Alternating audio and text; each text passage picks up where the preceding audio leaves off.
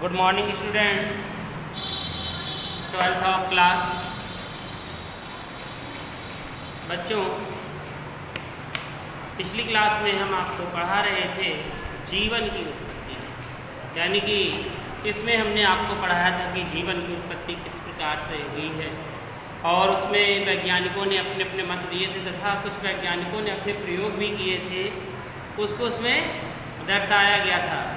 तो बच्चों, उसी के आगे आज आपका नया लेसन प्रारंभ होता है जिसका नाम है जैव विकास एवं इसके प्रमाण। तो लेसन का नाम है जैव विकास एवं इसके प्रमाण, organic evolution and their evidence. क्या नाम है? Organic evolution and their evidence. ये भी उसी के अंतर्गत उसी के चैप्टर के बारे में इसमें भी बताया गया है। देखिए, इसमें जो बताया गया मतलब कहा जाता है कि जैसे प्राचीन काल कैसा था? बहुत पहले का समय, और उसमें उपस्थित वातावरणीय दशाएं क्या थी, जो कि आपको पिछली क्लास में बताया है। लेकिन अभी क्या हो रहा है, उसमें परिवर्तन हो रहा है। जो दशाएं थी उसमें बहुत सारे परिवर्तन हो गए हैं। इसमें जो उपस्थित जीव जंतु थे उसमें भी निम्न परिवर्तन हुए हैं और वातावरण में जीवित रहने हेतु स्वयं को अपने अनुकूल जीव जंतु बना लेते हैं। इसी विशेषता के कारण आदि पृथ्वी में वर्तमान काल तक जीवों की असंख्य जातियों के विकास हुआ है। देखिए, जो यहाँ पर जीव जंतु है वह अपने अनुकूल बना लेता है, ये सभी जानते हैं। जैसे हम लोग ही हैं, मनुष्य है, अगर मनुष्य को हम नए वातावरण में भेज दें तो उससे कुछ समय लगेगा, लेकिन कुछ समय के बाद वह उसके अनुकूल हो जाएगा, रहने लगेगा, बोलने लगेगा, सीख जाएगा उसके अनुकूल। जैसे यहाँ का व्यक्ति अगर चीन चला जाए तो कुछ समय लगेगा, उसके बाद अनुकूल हो जाएगा। तो और जैसे वहाँ का व्यक्ति, अमेरिका का व्यक्ति यहाँ आ जाए तो वह भी अपने आप को कैसा बना लेगा, इस मौसम के अनुकूल, इस देश के अनुकूल। और इसी कारण क्या हुई है, जब जीव जंतु जीवित रहे और इसी से जीवों की वृद्धि भी होती रही। तो आपने जैसे इसके निम्न उदाहरण भी हैं, जैसे सरल एक कोशिकीय अमीबा से लेकर विशाल व्हेल तक। इसके उदाहरण क्या हैं? जैसे एक सरल अमीबा, और सरल अमीबा से लेकर एक विशाल व्हेल तक क्या है, एक कोशिकीय जीव और मानव जटिल तक जंतुओं की लगभग कितनी 12.5 लाख जाति से अधिक जीवाणुओं एवं एक कोशिकीय शैवालों से लेकर विशाल वृक्षों तक पादपों की लगभग 5 लाख से अधिक प्रजातियों की खोजें भी हो चुकी हैं। तो ये तो आपको हमने डेफिनेशन के रूप में बताया। चलिए, इसके अंतर्गत अब हम आपको पढ़ाते हैं। तो हेडिंग डालेंगे जैव विकास की परिभाषा। हेडिंग डालेंगे जैव विकास की परिभाषा। जैव विकास की परिभाषा यानी कि जैव विकास की परिभाषा क्या है? Definition of organic evolution. जैव विकास क्या है, कैसे बना, तो यही सब इसके अंतर्गत आता है। जैसे सबसे पहले हम समझे कि प्रारंभिक लिखेंगे, प्रारंभिक निम्न कोटि के सरल जीवों के शरीर में, प्रारंभिक निम्न कोटि के सरल जीवों के शरीर में हुए क्रमिक परिवर्तनों से अधिक विकसित एवं जटिल जीवों की उत्पत्ति, विकसित जटिल जीवों की उत्पत्ति जैव विकास कहलाती है। समझ में आया? क्या कहलाती है? यानी कि निम्न कोटि से उच्च कोटि तक, यानी कि छोटे सूक्ष्म से लेके बड़े बड़े जीव जंतु तक, उनमें परिवर्तन, उनमें विकास, उनमें जटिल जीवों की उत्पत्ति, ये सब क्या है? जैव विकास कहलाता है। लिख लिया? अब लिखे हेडिंग डालेंगे जैव विकास की प्रकृतिवाद परिकल्पना। हेडिंग डालिए जैव विकास की जैव विकास की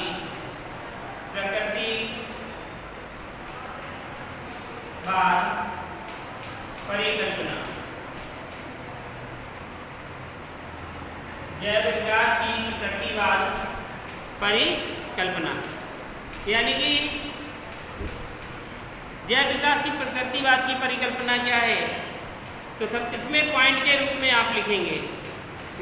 पहला पॉइंट लिखेंगे, पूरे ब्रह्मांड का निर्माण, यानी कि सारे ब्रह्मांड का निर्माण अंतरिक्षी जैव विकास के द्वारा, सारे जैव विकास का निर्माण अंतरिक्षी जैव विकास के द्वारा, अंतरिक्षी जैव विकास के द्वारा तथा आदि पृथ्वी पर जीवन की उत्पत्ति, पदार्थ के रासायनिक जैव विकास, पदार्थ के रासायनिक जैव विकास के फलस्वरूप हुई है। जैव विकास के फलस्वरूप हुई है। लिख लिया आपने कि सारे ब्रह्मांड का निर्माण अंतरिक्षी जैव विकास के द्वारा तथा आदि पृथ्वी पर जीवन की उत्पत्ति पदार्थ के रासायनिक जैव विकास के फलस्वरूप हुई है। नंबर 2 लिखेंगे, आदि पृथ्वी पर निर्मित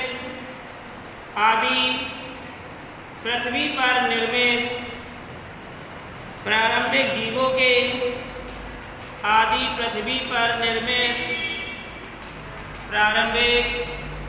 जीवों के, क्रमिक जैव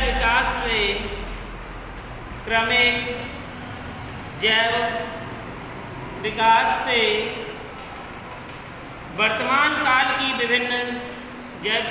वर्तमान काल की विभिन्न जातियों की उत्पत्ति हुई है। तो बच्चों, आपने इसमें क्या सीखा कि सारे ब्रह्मांड को अंतरिक्षी जैव विकास से हुई है, और इसी प्रकार से आदि पृथ्वी पर जो प्रारंभिक जीवों के क्रमिक जैव विकास से हुई है, तो उनकी किससे हुई है? विभिन्न जातियों की उत्पत्ति हुई है। थर्ड हेडिंग डालेंगे, जैव विकास की मौलिक परिकल्पना। जैव विकास की मौलिक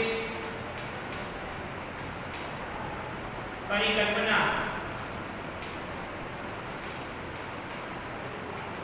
जैव विकास की मौलिक परिकल्पना यानी कि basic idea of organic evolution.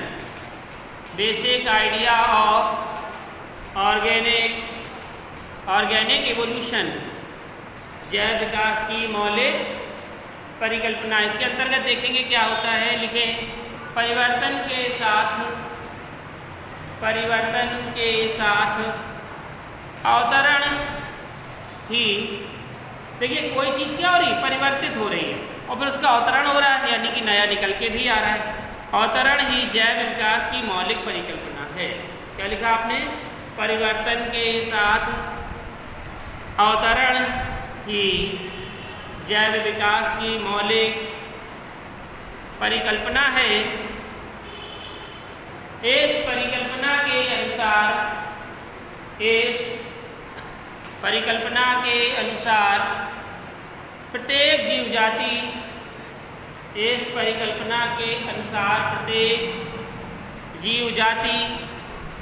के लक्षणों में पीढ़ी दर पीढ़ी प्राकृतिक आवश्यकताओं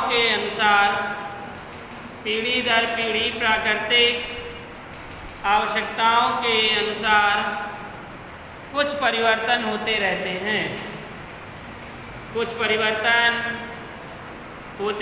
हैं, जिससे कई वर्षों में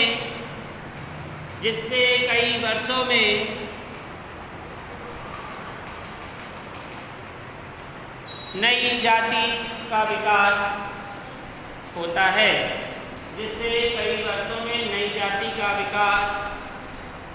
है। और नई जाति का विकास भी और नई जाति का विकास भी पूर्वजों से हुआ है। और नई जाति का विकास भी पूर्वजों से हुआ है। तो बच्चों आपने समझा कि जैव विकास की परिकल्पना क्या है। जैव विकास की परिकल्पना ये है कि जिस प्रकार से परिवर्तन हुआ उस प्रकार से अवतरण भी हुआ। और इसकी परिकल्पना के अनुसार प्रत्येक जीव जाति के लक्षण क्या होते हैं, पीढ़ी दर पीढ़ी आवश्यकता अनुसार प्रकृति में परिवर्तित होते रहते हैं और प्रकृति में नई जाति का निर्माण हो जाता है। जैसे सभी जानते हैं कि जैसे जो हमारे पूर्वज थे कैसे थे, बंदर रूपी थे और कैसे चलते थे, ऐसे झुककर चलते थे।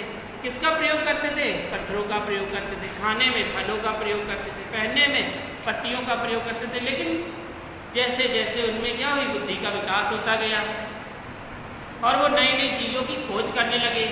तो आज देखिए उस समय से लेके आज तक के मनुष्य ने कितना परिवर्तन किया, कितना सब कुछ परिवर्तित हो गया। आज तो मनुष्य का दिमाग कैसा चलता है, कंप्यूटर की तरह, यानी कि वह तो नई नई खोजें कर रहा है ना।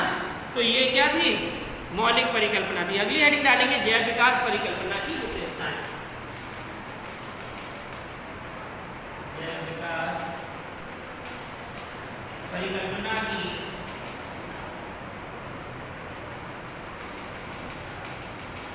विशेषताएं।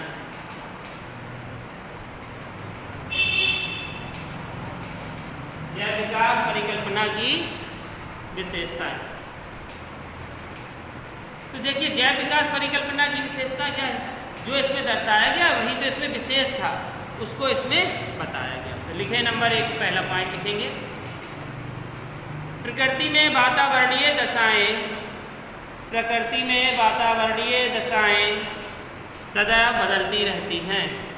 प्रकृति में वातावरणीय दशाएं सदैव बदलती रहती हैं। देखिए प्रकृति में वातावरणीय दशाएं पहले कैसा था कैसा हो गया, तो ये क्या है, दशाएं उनकी हुई उनमें क्या हो गया, परिवर्तन हो गया। नंबर 2 लिखिए, जीवों में बदलती वातावरणीय दशाओं के अनुसार, जीवों में बदलती वातावरणीय दशाओं के अनुसार, जीवों में बदलती वातावरणीय दशाओं के अनुसार स्वयं को ढालने, यानी कि मौसम के अनुकूल बनाने, स्वयं को ढालने तथा अनुकूलन की क्षमता होती है।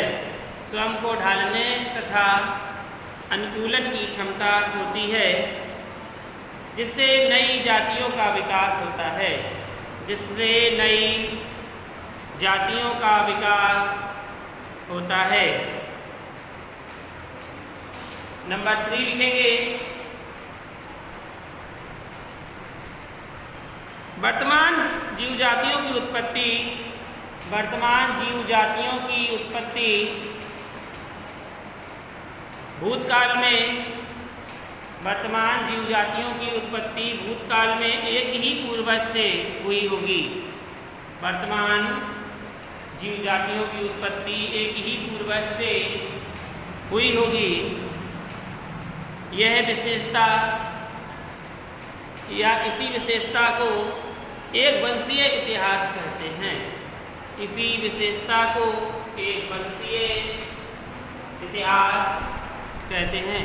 तो बच्चों समझ में आ रहा है कि एक ही पूर्वज, हम आपको बता दें किस प्रकार से, जैसे मान लीजिए उस समय क्या थे, एक ही पूर्वज में हमारे ये दो माता और पिता, इसकी 2 संतानें हुई, फिर इसकी 2 संतानें हुई, इसकी 2 संतानें हुई, इसकी 2 संतानें हुई, इसकी 2 संतानें हुई, इसकी 2 हुई। हम 2 का अनुपात लेके चल रहे हैं।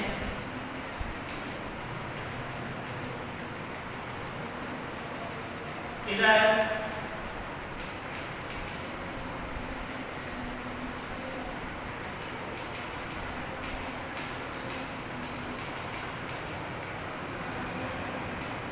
तो इस प्रकार से, यानी कि 2 से 4, 4 से 8, 8 से 16, 16 से 32, 32 से 64, 64 से इस प्रकार से क्या हुई, बढ़ोतरी चली आ रही। आज देख रहे हैं आप कि जनसंख्या में कितनी बढ़ोतरी हो गई है। तो ये क्या है, लेकिन इसका सबका जनक कौन है, सिर्फ एक ही है जो क्या था, आदि काल में था, ठीक है, जब इसकी उत्पत्ति हुई और उसी से संतानें उत्पन्न होती गई और विकसित हो गई। जो जहाँ पे पहुँचा उसने अपने आप को वहाँ के अनुकूल बना लिया। चलिए अगला पॉइंट लिखें। 3 पॉइंट हो गए थे, 4 नंबर पॉइंट लिखेंगे। बदलती प्रकृति प्राकृतिक, बदलती प्राकृतिक वातावरणीय दशाओं की आवश्यकता के अनुसार, बदलती प्राकृतिक वातावरणीय, बदलती प्राकृतिक वातावरणीय दशाओं की आवश्यकता के अनुसार, दशाओं की आवश्यकता के अनुसार अनुकूलन हेतु शरीर जटिल होना ही, अनुकूलन हेतु शरीर जटिल होना ही विकास की मौलिक प्रक्रिया है। जटिल होना ही विकास की मौलिक प्रक्रिया है। फिर अगला पॉइंट लिखेंगे।